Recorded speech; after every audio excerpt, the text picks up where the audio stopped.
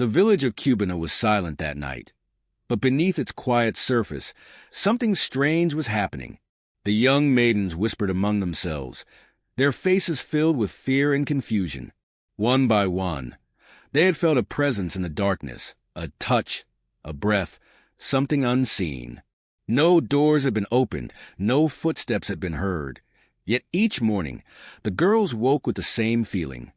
They had not been alone. The elders gathered in the village square, their voices low with worry. Who, or what, was haunting their daughters? Some said it was a spirit, a trickster god playing with the innocent. Others believed it was a curse brought upon them for a sin long forgotten. But none could explain how it was happening, or why. What the villagers did not know was that the culprit was no spirit at all, but a man, Uzagi, a man who had found a way to become invisible. Uzagi had once been an ordinary hunter, struggling to feed himself. He was neither the strongest nor the bravest in the village, but he was clever. One day, while tracking an animal deep in the forbidden forest, he stumbled upon an old shrine, hidden among the trees.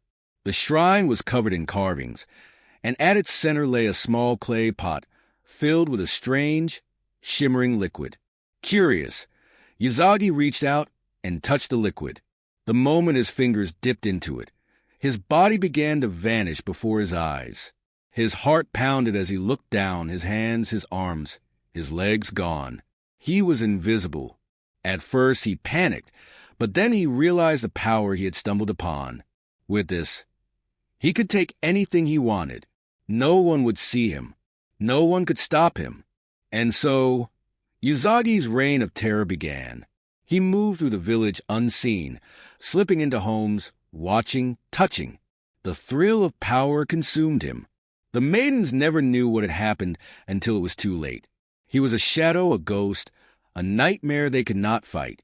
But power always comes with consequences. The village buzzed with whispers. The maidens were afraid to sleep. Mothers kept their daughters close, and fathers stayed up late with weapons in hand. Something unnatural was happening, and it had to be stopped. The chief, an old but wise man named Obani, called a meeting. "We must find the spirit that torments our daughters," he said. "No man can do such a thing unseen. This is the work of something beyond us."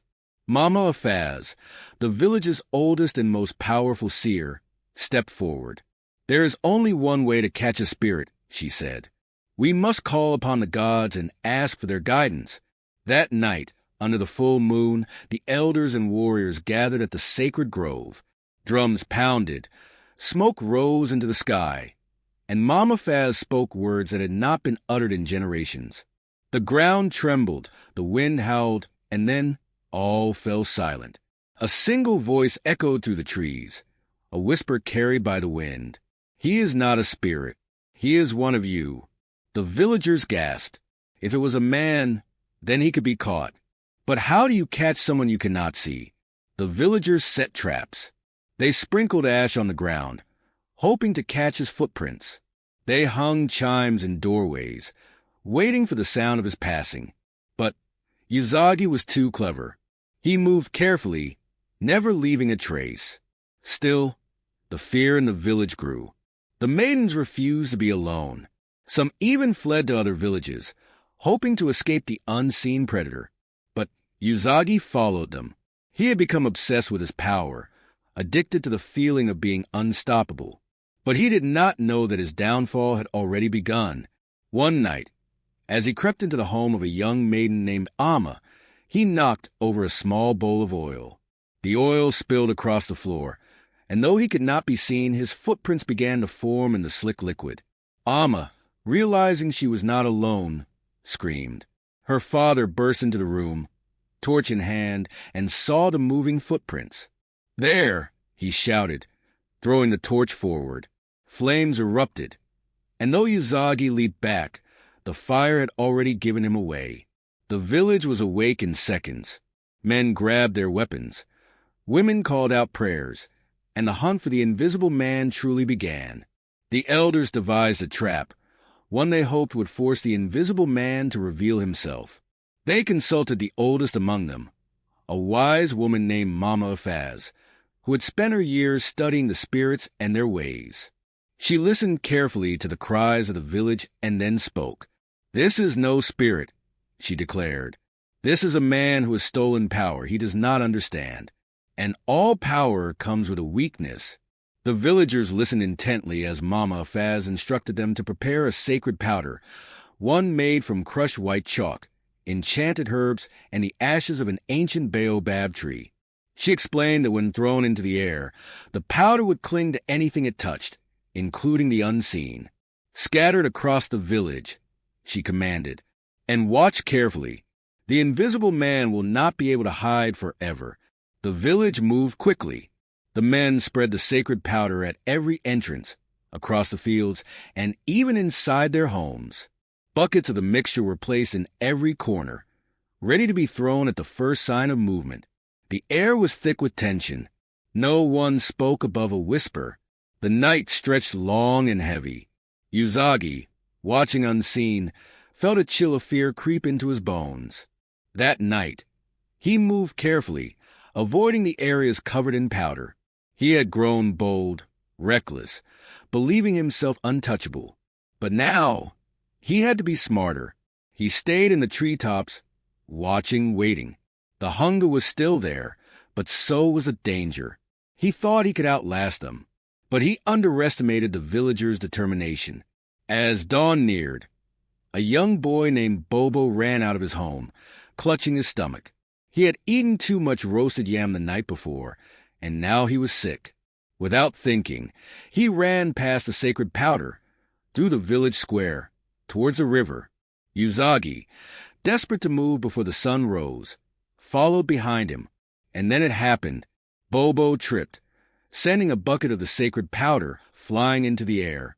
The white dust spread wide, catching the morning light. For a moment, it seemed as if nothing had happened. Then gasps rang out across the village.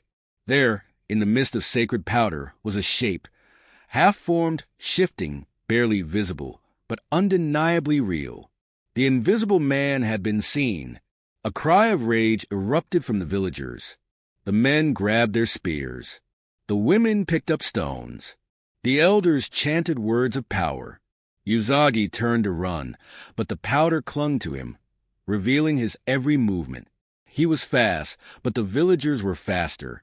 The hunt had truly begun. Uzagi ran, his heart pounding in his chest. The villagers were close behind him, their torches lighting up the early morning sky. The sacred powder clung to him, making him appear like a ghostly figure, half visible, half hidden. He stumbled through the trees, his mind racing. He had never been this afraid before. He had always been the one in control. But now, he was a prey, and there was nowhere left to hide. The warriors cornered him at the edge of the river. The chief stepped forward. "You have stolen from your own people. You have terrorized our daughters. You have broken the sacred laws."